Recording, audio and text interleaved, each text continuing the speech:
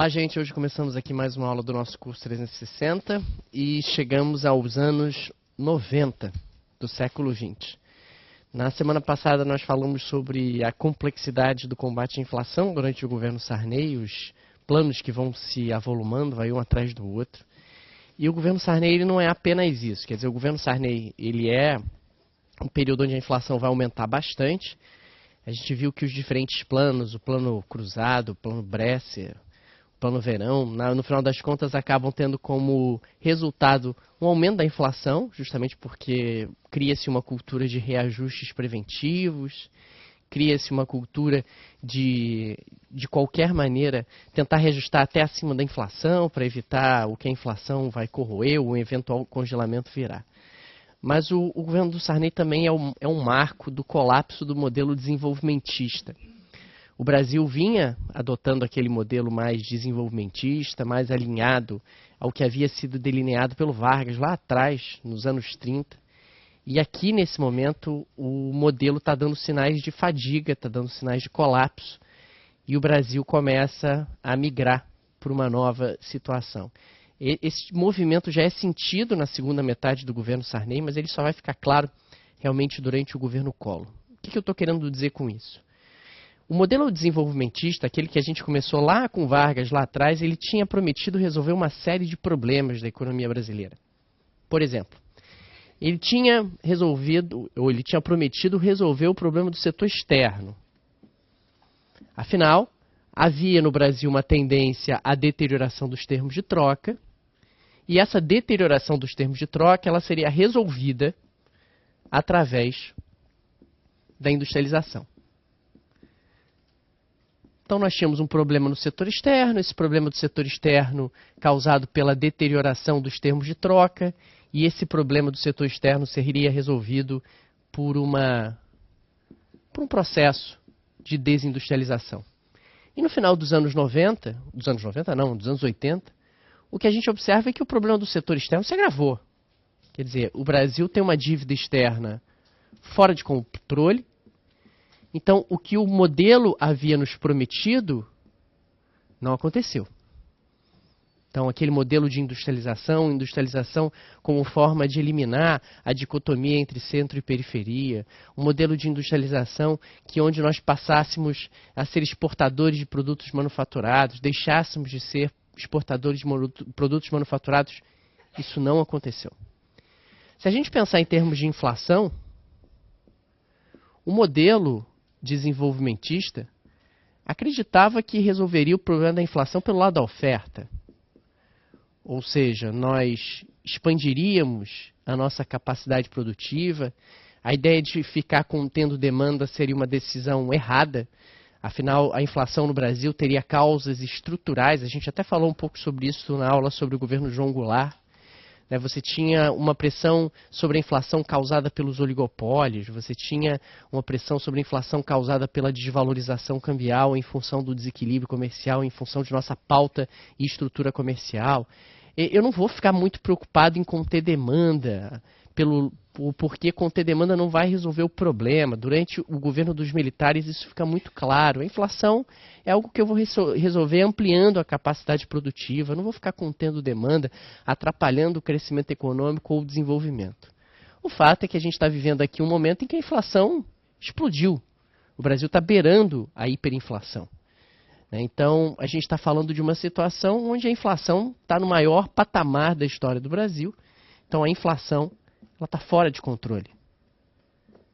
Bom, outro problema, acreditava-se que nós teríamos um cenário de crescimento econômico sustentável, de independência econômica. O crescimento econômico puxado pela indústria, basta a gente lembrar do Plano Nacional de Desenvolvimento, ou então do período do milagre. Então, o crescimento puxado pela indústria, pelo desenvolvimento industrial. E a gente está observando aqui que o crescimento se esgotou. Quer dizer, problemas se avolumam aqui no Brasil. E aquele modelo de desenvolvimento, de substituição de importações, de avanço industrial, dá sinais de fadiga, dá sinais de esgotamento. Outro ponto, nós poderíamos também resolver o problema do desemprego. E o desemprego seria resolvido através do próprio crescimento econômico, da geração de emprego, etc. E o que acaba acontecendo na prática é que a gente está falando de um momento em que o desemprego está em alta. Ou seja, está tudo errado, está tudo fora do eixo. Tudo aquilo que havia sido prometido para nós pelo modelo desenvolvimentista não está sendo entregue. O Brasil não se tornou um país independente do ponto de vista econômico. O Brasil não se tornou um país de crescimento sustentado. O Brasil não se tornou um país de baixo desemprego. O Brasil não se tornou um país desenvolvido como se acreditava. Então, é um modelo de crise do modelo. De crise de um modelo de desenvolvimento que estava em vigor no Brasil há décadas. Um modelo onde a economia brasileira estava fechada, um modelo onde a economia brasileira estava voltada exclusivamente para dentro. Até o governo Sarney no Brasil, quando você ia ao supermercado fazer compras, não tinha setor de importados. Não se comprava produto importado no Brasil. Hoje você tem uma seção de importados, o que já é meio bizarro, porque em qualquer lugar do mundo que você vai fazer compras no supermercado não existe seção de importados pela simples razão de que os produtos não estão divididos entre nacionais e importados, estão divididos entre tipos de produtos, né? Você tem ali biscoitos, né? Ou então refrigerante ou cerveja, é tudo cerveja, não importa de onde veio.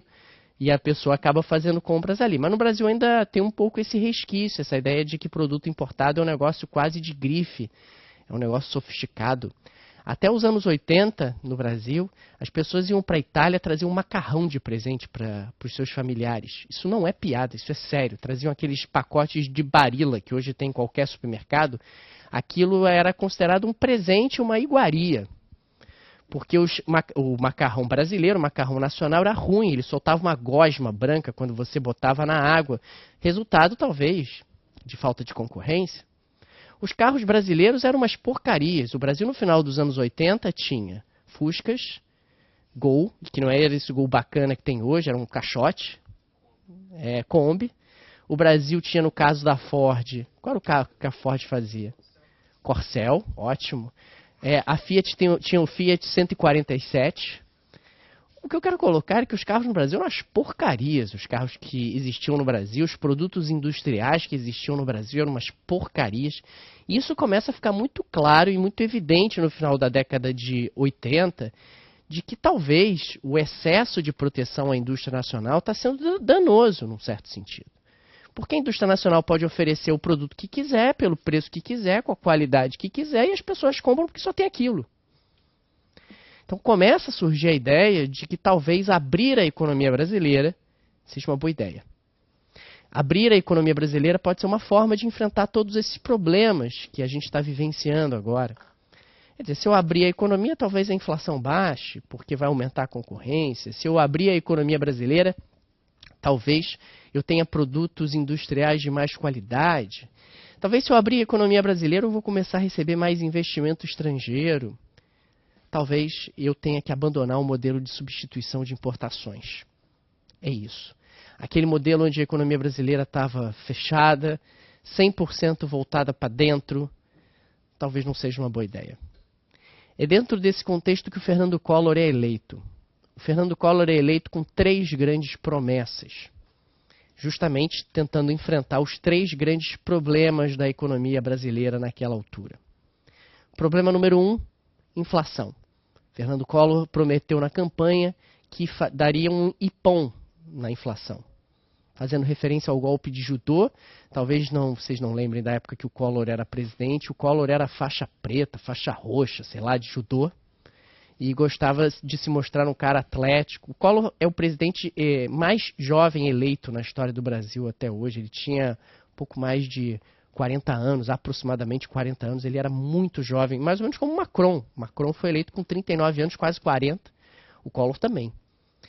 O Collor, então, ele promete que ele vai resolver o problema da inflação com um ipom ou com um tiro. Ele chegou a dizer isso num pronunciamento na campanha. Segundo problema, ele vai transformar as carroças brasileiras em carros de verdade. fazendo referência ao que eu estava falando há pouco, acreditava-se efetivamente que o Brasil tinha um problema grave em termos industriais. A indústria brasileira oferecia qualquer porcaria pelo preço que queria, porque não tinha concorrência. E problema número 3, ele vai caçar os marajás do serviço público. Havia perspectiva e a visão de que o Estado brasileiro tinha sido demasiadamente inchado pelos militares.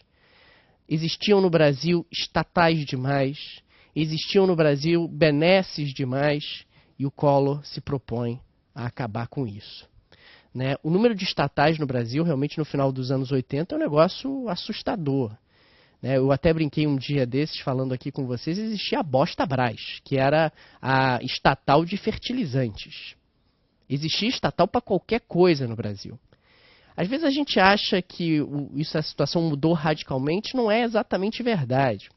No Brasil, até hoje, existem, só no âmbito federal, mais de 100 empresas estatais ativas. Para quem não sabe, existe uma empresa estatal para cuidar do trem-bala Rio-São Paulo. Essa empresa estatal está ativa e tem funcionários. O que ela faz, eu não sei. Mas parece que ela faz alguma coisa e existe aí todo um planejamento em curso, avançado, para que saia aí um trem-bala em breve, em algum momento. Existe uma estatal no Brasil até hoje que cuida do planejamento logístico também, porque a logística no Brasil é ótima. Você está vendo que essa estatal está trabalhando muito bem, está coordenando aí todos os esforços de desenvolvimento logístico e por aí vai. Isso não é nenhum segredo, você pode botar no Google e descobrir que o Brasil tem até hoje mais de uma centena de estatais no âmbito federal. Na época, realmente, do final da década de 80, era ainda pior do que se observa no atual momento nesse sentido. Então, voltando para cá, a gente está falando então de um setor externo que precisa ser enfrentado e uma boa alternativa talvez seja atrair investimento estrangeiro através de uma abertura, liberalização do fluxo de capitais, surge aqui como uma alternativa. Liberalização do fluxo de capitais significa liberdade para a entrada de capitais. Seja o investimento estrangeiro direto, que é um investimento produtivo que já entrava no Brasil nessa altura, seja o capital especulativo. O capital especulativo, aquele que vai entrar no Brasil para comprar títulos do governo, para comprar ações. O Brasil vai passar, a partir de agora, por um processo de liberalização do fluxo de capitais. Foi um processo gradativo, não foi de uma hora para outra. Esse processo já começou no final do governo Sarney, mas realmente vai se consolidar durante o governo do Fernando Collor. Inflação sob controle. A inflação sob controle, agora, o foco vai ser conter demanda. Não dá mais para acreditar que a inflação é puxada só pela oferta. É claro que conter demanda já se tornou uma tendência ao longo do governo José Sarney, a partir do Plano Bresser, se repetiu na política do feijão com arroz, se repetiu no Plano Verão, e agora, durante o governo Collor, isso vai ganhar um outro degrau, vai ganhar um outro nível. Sem crescimento econômico? Bom, a retomada do crescimento econômico deve passar necessariamente por um processo de abertura da economia brasileira, abertura que vai aumentar a eficiência, abertura que vai reduzir preços, abertura que vai atrair investimento estrangeiro para o Brasil. Enfim, todos esses elementos juntos e somados acabam na prática significando um estímulo ao crescimento econômico. Desemprego, para você tentar reduzir o desemprego, você tem que retomar o crescimento econômico de forma mais sólida. E também começa a se falar em flexibilização da legislação trabalhista. Embora isso não vá adiante durante o governo do Collor, há apenas algum movimento durante o governo do Fernando Henrique. E isso a gente vai ver um pouco mais à frente. Enfim, o que eu quero colocar é que a gente está falando de um momento de transição na história econômica brasileira. Nós estamos mudando de rumo. Até então, nós tínhamos o Brasil com um país fechado, focado no desenvolvimento autárquico, focado na indústria, focado realmente no modelo desenvolvimentista. Isso agora está ficando para trás. O Brasil está tomando a decisão de se abrir. Se abrir para o mundo, se abrir para o comércio, se abrir para o investimento estrangeiro. O Brasil está tomando a decisão de se abrir. Então, a partir de agora, analisando o governo do Collor, a gente vai falar sobre as 3 grandes frentes econômicas do Collor. Frente número 1, abertura comercial. Frente número 2, desestatização. Frente número 3, combate à inflação. Fazendo justamente jus às 3 grandes promessas de campanha do Collor: transformar as carroças brasileiras em carros de verdade, combater os marajás do serviço público e matar o dragão da inflação com apenas um tiro. O Collor era uma figura, no mínimo, curiosa, era um homem jovem, e ele dizia coisas bastante chocantes para a época. O Collor andava de jet ski com Ayrton Senna, o Collor fazia Cooper, corria, o Collor morava na casa da Dinda, o Collor andava em carros esporte. O Collor era um super-herói. Pelo menos muita gente acreditava num determinado momento que o Collor virá e salvará o Brasil depois de tantos anos de eleições indiretas e de ditadura. O Collor vai resolver os nossos problemas. Bom, então vamos sair daqui, desse primeiro slide, e vamos começar a falar um pouquinho da primeira frente de atuação do governo Collor, a abertura comercial. A abertura comercial, claro, ela tem o objetivo de aumentar a competição.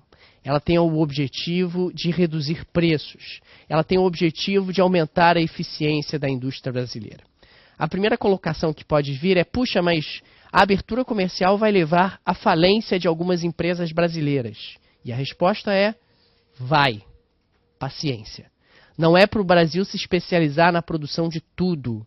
Isto foi uma ideia errada que nós tivemos ao longo das últimas décadas. Não dá para o Brasil produzir tudo, absolutamente tudo, ser bom em tudo. Não dá para fazer isso. Não dá. Não dá para o Brasil controlar todas as etapas de todos os processos produtivos. Essa não era uma tendência apenas no Brasil. No início da década de 90 já surgia uma ideia de que você não deveria mais se especializar em um produto, deveria até se especializar em uma etapa do processo do produto, quer dizer, algo ainda mais adiante do que o Brasil está discutindo aqui. O Brasil está discutindo aqui não se especializar mais na produção de todos os produtos, enquanto o mundo já começava a discutir não se especializar em todas as etapas do mesmo produto, que já é um passo adiante, que é o que mais tarde viria a ser chamado de cadeias globais de valor, que é algo muito comum hoje. Quer dizer, você pega um produto industrializado em particular, ele não é integralmente produzido no mesmo país. Cada etapa de produção daquele produto é feita num país diferente. Quer dizer, eu não vou me especializar em um produto, eu vou me especializar na etapa de um produto, o que é um nível de especialização ainda maior e permitiria uma eficiência ainda mais significativa. Então, quando a gente está falando de abertura comercial, um primeiro ponto é fim de todas as barreiras não tarifárias. Fim de todas as barreiras não tarifárias, a principal medida é essa aqui: extinção das guias de importação. Você não precisa mais pedir autorização do governo brasileiro para importar, o que é, no mínimo, revolucionário, né? Eu não preciso mais pedir autorização do governo para importar. Eu posso importar o que eu quiser. Eu posso trazer para o Brasil o que eu quiser. Paga as tarifas de importação, paga os impostos devidos e pronto, né? Você pode importar o que você quiser, como aliás acontece no Brasil até hoje. Você pode importar no Brasil o que você quiser, não tem problema nenhum. Na época, inclusive, chegou-se a pensar em liberar a importação de produtos usados, o que no Brasil é proibido até hoje, não foi adiante essa proposta. Existe uma lei no Brasil que proíbe a importação de produtos usados. Ela é conhecida como Lei Ferrari, porque há quem argumente que o principal objetivo dela é proteger a indústria nacional e proibir a importação de Ferraris usadas.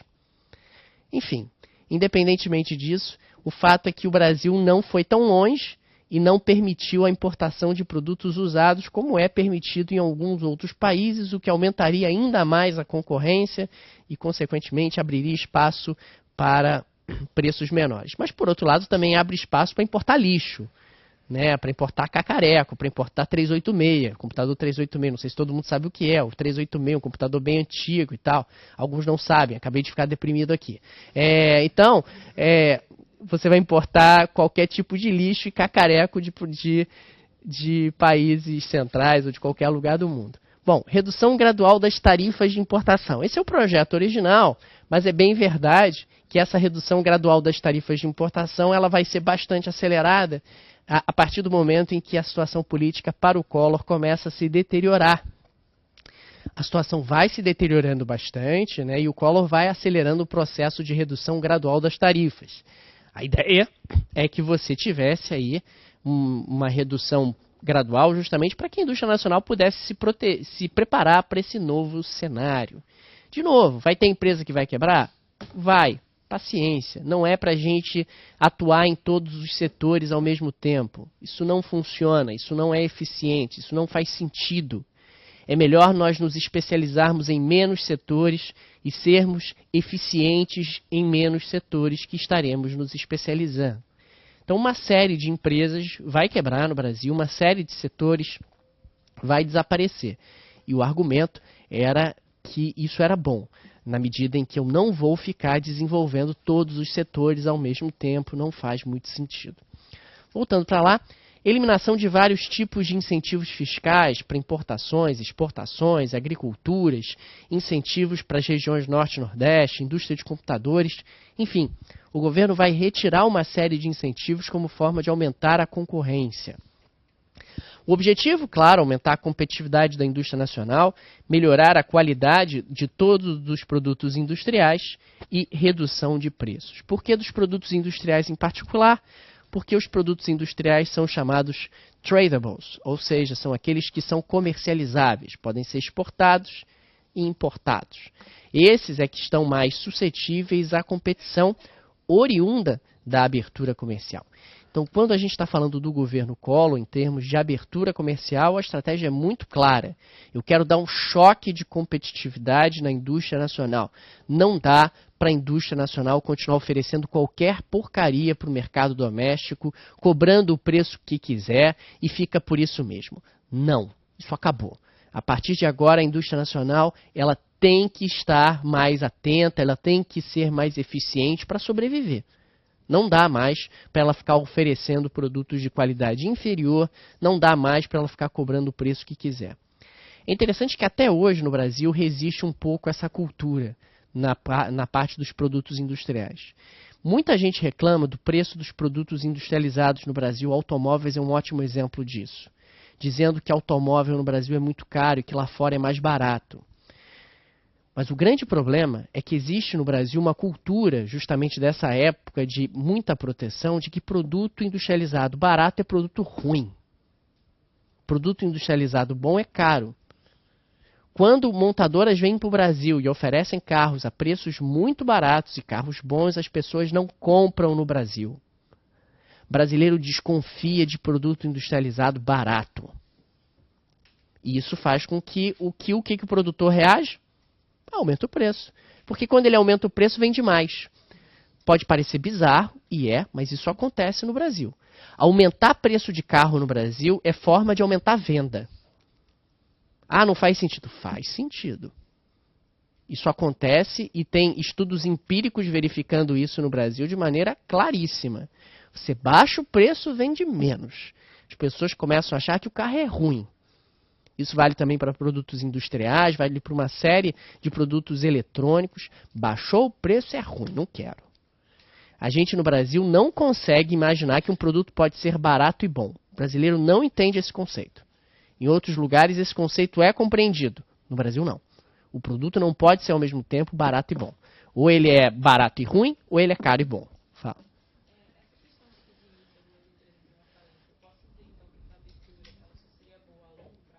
Se essa abertura seria boa a longo prazo, sim. No curto prazo ela vai ser danosa. E o governo sabia disso. No curto prazo algumas empresas vão quebrar, alguns vai ter realmente algum efeito negativo, mas a longo prazo vai ser melhor. É isso que o governo acreditava. Tá? Bom, saímos aqui da abertura, vamos para a segunda frente de atuação. Desestatização. O governo vai começar para valer. O governo vai implementar um processo de desestatização violento, um processo de desestatização bastante agressivo. Para vocês terem uma ideia, a proposta de ajuste fiscal implementada pelo Collor para os primeiros 12 meses de governo é de 10% do PIB. Um ajuste fiscal de 10% do PIB. Ele queria transformar o déficit fiscal de 8% do PIB para um superávit de 2% do PIB em apenas 12 meses. Essa é a proposta do Collor. Puxa, 8% do PIB de déficit é um déficit enorme, né? 8% do PIB de déficit do governo, o projetado para 2017 no Brasil é 7,7% de déficit, tá? Só para a gente observar que nós não estamos, do ponto de vista fiscal, numa situação tão melhor assim do que estávamos naquele momento. Então, a postura do Collor, do ponto de vista de desestatização, vai ser muito agressiva. Começando pela redução do número de ministérios, eu acho que é o mais ilustrativo. O número de ministérios no Brasil cai para 12. 12. A gente está falando de Brasil. O Brasil já teve 40 ministérios. Naquele momento, depois disso aqui, né? Naquele momento, o Collor está reduzindo para 12. Até o Ministério do Planejamento vai sumir. Vai se fundir com o Ministério da Fazenda e vai se tornar o Ministério da Economia. E a ministra nomeada será Zélia Cardoso de Mello. Zélia Cardoso de Mello é divertido, gente. Desculpa, eu não consigo não sorrir quando eu lembro de Zélia Cardoso de Mello. Zélia Cardoso de Mello será a nossa czarina da Economia, ministra da Economia, que na prática junta o Ministério do Planejamento com o Ministério da Fazenda. Então, redução do número de ministérios, autarquias, estatais. O governo, no primeiro dia de mandato, vai soltar uma lista com dezenas de estatais sendo extintas. Dezenas não é um exagero. Dezenas de estatais sendo extintas. Só para dar um exemplo, é extinto no primeiro dia de mandato do Collor, dentro dessas dezenas de estatais, a Embrafilme, a empresa brasileira de audiovisual, a empresa brasileira que cuidava justamente dos filmes nacionais. O próprio Celso Amorim havia sido presidente da Embrafilme durante a década de 80. A Embrafilme é uma das dezenas de empresas estatais que são extintas no primeiro dia de mandato do Fernando Collor. O Fernando Collor vai mandar embora 20% dos funcionários da Petrobras e da Vale. A Vale, na época, ainda era uma empresa estatal. E aí você pode pensar, mas pode demitir funcionário da Petrobras? Bom, o Collor pensou. É elitista, não é? Os funcionários da Petrobras, do BNDES, da Vale, eram todos elitistas, que aliás são até hoje. Se é elitista, eu posso demitir. A CLT prevê demissão, vou demiti-los. E demitiu 20% dos funcionários da Petrobras, da Vale e por aí adiante. A maior parte dessas pessoas voltou. Foi reincorporada porque a justiça considerou que, por se tratar de concurso, etc., não é assim, não pode ser feito dessa maneira, tem que ter toda uma sindicância, todo um trâmite para que essas pessoas sejam desligadas. E as que acabaram sendo reincorporadas foram reincorporadas com os salários de todo o período que tiveram ausentes. Isso acabou gerando um passivo um pouco problemático para ser administrado posteriormente. O governo Collor vai mandar para casa todos os funcionários públicos em período probatório. Não efetivo ninguém. Só fica quem efetivamente já tem estabilidade, consequentemente não posso fazer nada. Todos os benefícios que não sejam estritamente previstos na legislação estão cortados dos funcionários públicos. Então, 13º tem que pagar, pago. Auxílio creche não tem que pagar, não pago.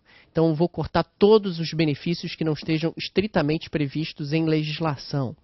Então, voltando para cá, redução do número de ministérios, autarquias, estatais, anúncio de intenção do governo de demitir cerca de 360 mil funcionários públicos através de programas de demissão voluntários, lançamento do PND. Cuidado, PND é Plano Nacional de Desestatização.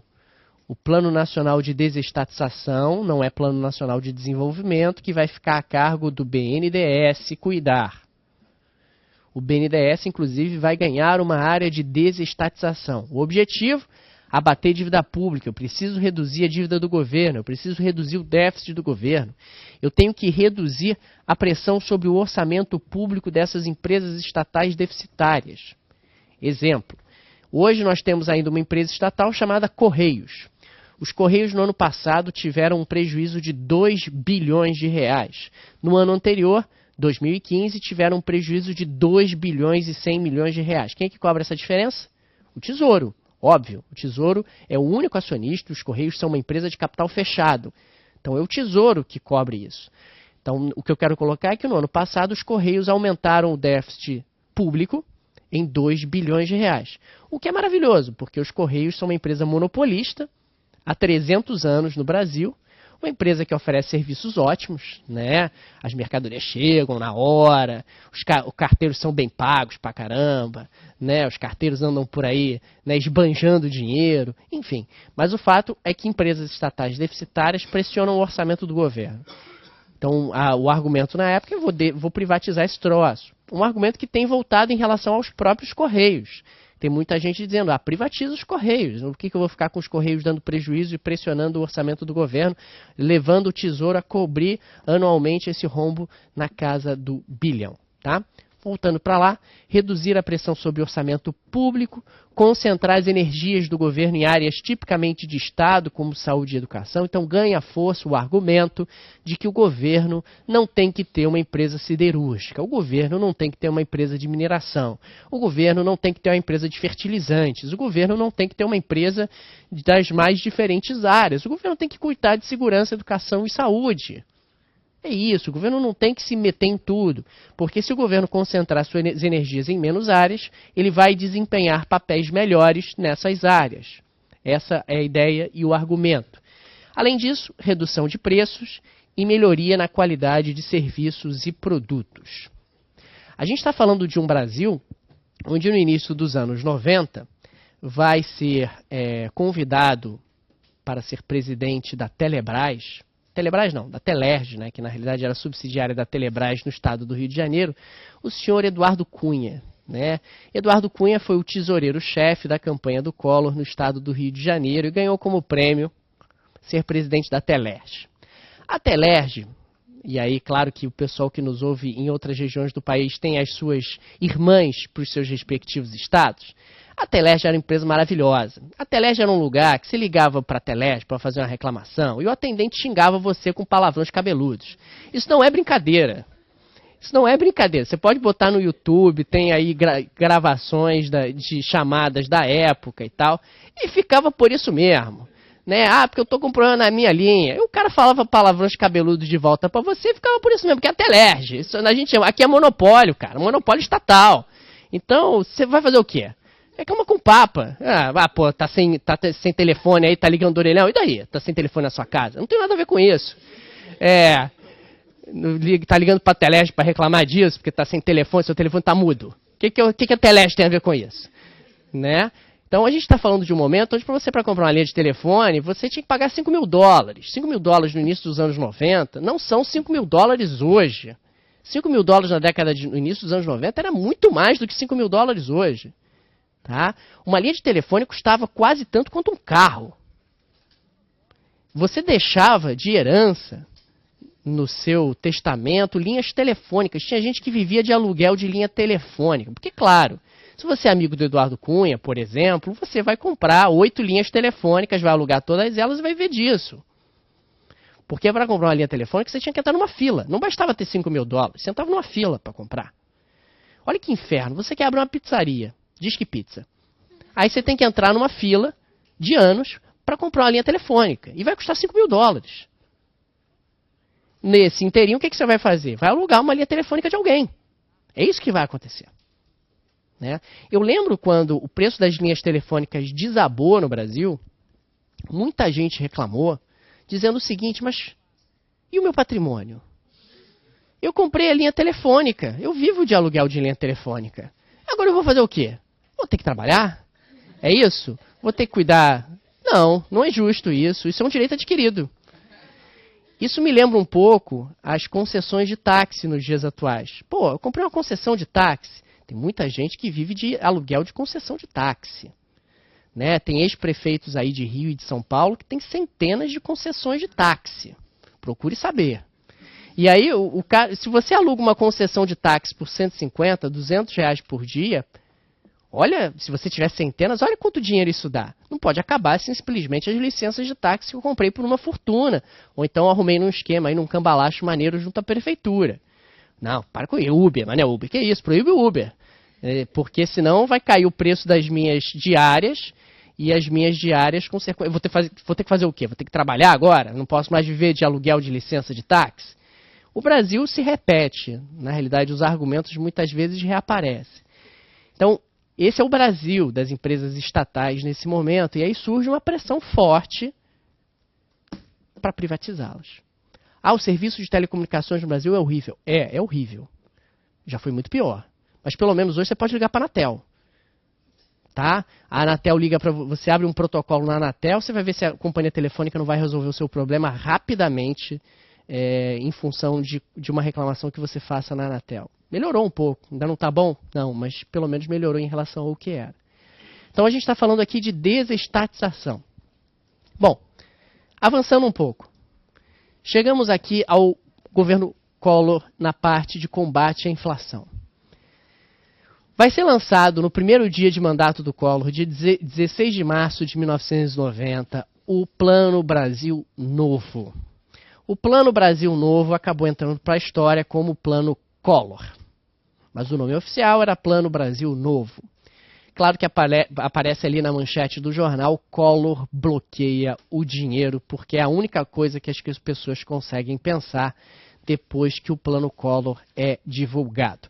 O Plano Collor, então, ele vai misturar ortodoxia com heterodoxia. Lembrando que ortodoxia é conter demanda.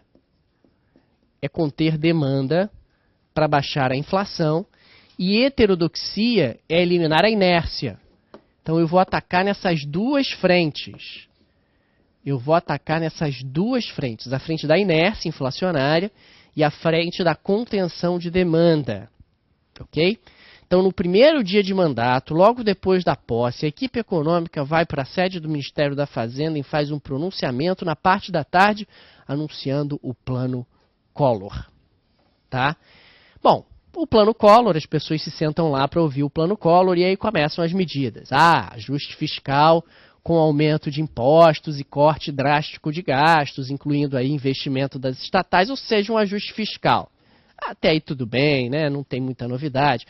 Vou extinguir 40 empresas estatais. Tudo bem, não tem muita novidade até aí. Vou aumentar os impostos, vou aumentar a carga tributária. Isso acabou não chamando muita atenção das pessoas, pelo menos no primeiro momento.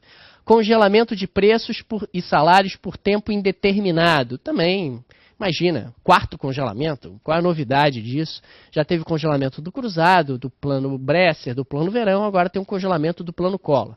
Lembrando sempre o seguinte, o congelamento é no dia 16. O que significa dizer que os preços são do dia 16 e os salários são do dia 28 de fevereiro. Então tem uma diferença aí que não é pequena. Os salários na prática, então, são congelados com um poder de compra bastante reduzido. Esse é o meu ponto. Os salários são congelados com poder de compra bastante reduzido. Diga. A discrepância era proposital? Essa discrepância era proposital. Era para reduzir mesmo o poder de compra das pessoas e conter demanda. Tá? Então, os salários haviam sido reajustados pela última vez no final de fevereiro. E os preços continuavam sendo reajustados diariamente. Então, quando você diz, os preços e os salários serão congelados nos valores correntes por tempo indeterminado, isso significa dizer que os salários estão sendo congelados no patamar do final de fevereiro e os preços do patamar do meio de março. Reforma monetária, volta o cruzeiro a uma taxa de 1 para 1. Um cruzado novo vira um cruzeiro. Não percam a conta. Estávamos no cruzeiro, fomos para o cruzado, do cruzado foi para o cruzado novo no plano verão, e agora está voltando o cruzeiro. Não perca a conta. Tá? Então, no plano cruzado entrou o cruzado, no plano verão entrou o cruzado novo, e agora no plano Collor está voltando o cruzeiro. E voltando o cruzeiro a uma taxa de 1 para 1. E, de novo, o objetivo é acabar com a memória inflacionária. O objetivo é passar a mensagem de que a inflação morre com a moeda antiga, a moeda nova não tem inflação. Aqui a gente pode observar, inclusive, em relação ao congelamento, remarcações de preços dão até 5 anos de prisão. É isso mesmo. Remarcar preços no Brasil é crime. Se você desrespeitar o congelamento de preços, você vai para a cadeia. Não desrespeite o congelamento de preços, porque é o congelamento de preços que salvará o Brasil. Reajuste de tarifas públicas. O reajuste de tarifas públicas também já tinha sido feito anteriormente, sem muita novidade. Melhora o caixa das estatais, melhora o resultado das contas do governo, diminui a quantidade de dinheiro nas mãos das pessoas, o que ajuda a conter demanda. Até aí não teve muita novidade. Então, congelamento fiscal, ou melhor, ajuste fiscal, congelamento de preços por tempo indeterminado, reforma monetária, reajuste de tarifas públicas. Até aí não tinha aparecido nada de novo. Não tinha. E aí apareceu a última medida que foi divulgada, que foi sequestro de liquidez. Bom, falando um pouquinho sobre o Brasil nesse momento. Havia no Brasil uma crescente percepção de que a inflação não desapareceria enquanto não houvesse o fim da ciranda financeira. A ciranda financeira era um processo onde o descrédito do governo era tão grande que o governo pegava dinheiro emprestado hoje para pagar amanhã. Era o chamado overnight. Então era assim, o governo pegava dinheiro emprestado hoje, pagava amanhã, pegava emprestado amanhã, pagava depois de amanhã, pegava emprestado depois de amanhã, pagava depois de amanhã e assim por diante. E é uma ciranda porque é uma roda, se você pensar bem. O governo me paga, eu empresto para ele, o governo me paga, eu empresto para ele, o governo me paga, eu empresto para ele, o governo me paga, eu empresto para ele, e a coisa vai girando, girando, girando, e é uma ciranda. Muita gente acreditava que essa ciranda alimentava a inflação, porque na prática ia criando poder de compra, ia gerando demanda e tal. Então, para resolver o problema da inflação, a gente tem que estancar essa ciranda. Era isso que se acreditava. E aí surge a ideia do sequestro de liquidez.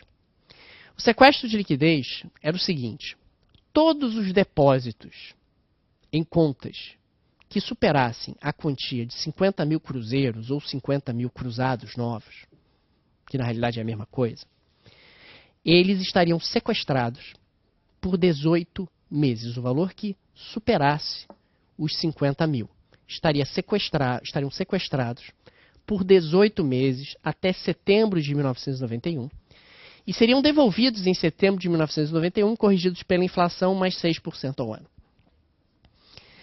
Qual é o objetivo dessa medida? Acabar com a ciranda financeira. Afinal, eu vou deixar ali um valor mínimo para as pessoas tocarem a sua vida e conforme elas forem tocando a sua vida, não tem maiores problemas, mas a ciranda financeira acaba com essa bagunça de ficar emprestando e pegando emprestado, emprestando, pegando emprestado, emprestando e pegando emprestado. Fala. O sequestro não é só de pessoas físicas, é de pessoas jurídicas também.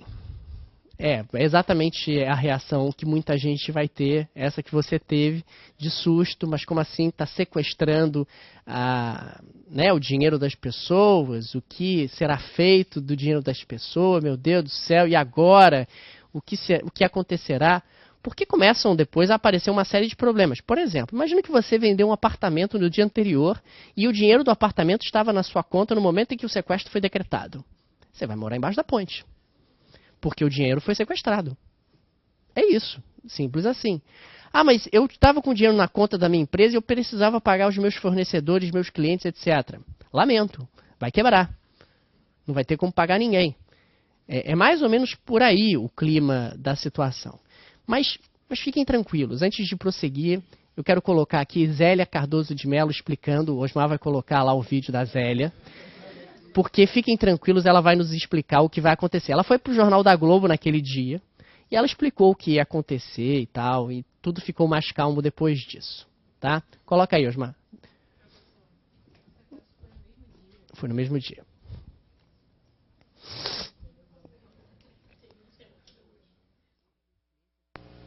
A ministra Zélia Cardoso de Mello explica como as novas medidas econômicas vão mexer com a situação dos comerciantes que receberam cheques encruzados para sacar na segunda-feira.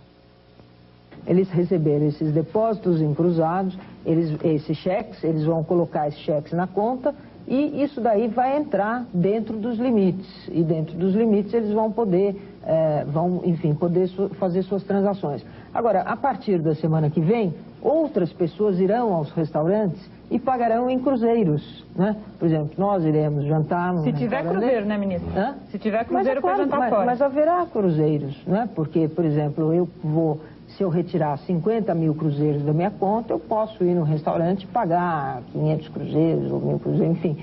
Percebe? As transações continuam a ocorrer. Isso que é importante é que, na verdade, precisa ficar claro o seguinte, que nós temos uma moeda, que é uma moeda velha, contaminada, que nós queremos isolar. Essa moeda, esses depósitos vão ficar lá parados no Banco Central, rendendo correção monetária. E temos uma outra moeda que vai começar a circular na economia, que é o cruzeiro, e que vai garantir um certo nível de transações que nós entendemos que é compatível com uma inflação mais baixa. Na verdade, as pessoas estão zerando praticamente a conta de todo mundo, deixando todo mundo com 50 mil cruzados, quer dizer, o salário desse mês, na metade do mês, é 50 mil cruzados, e a pessoa que se vire como puder, não é isso? É isso, quer dizer, ela vai fazer uma prioridade, ela vai fazer uma orçamentação e vai gastar esses 50 mil cruzeiros com aquilo que é mais importante para ela, com seus compromissos mais urgentes, até que receba o salário e possa continuar consumindo, enfim. Agora, o dono do restaurante, aquele que recebeu o cheque, ele só está com o seu patrimônio. Ele tem seu patrimônio, tem um punhado de cheques e mais nada. Vai receber a partir de segunda-feira os cruzeiros que estão chegando, mas ele tem que pagar uma porção de gente.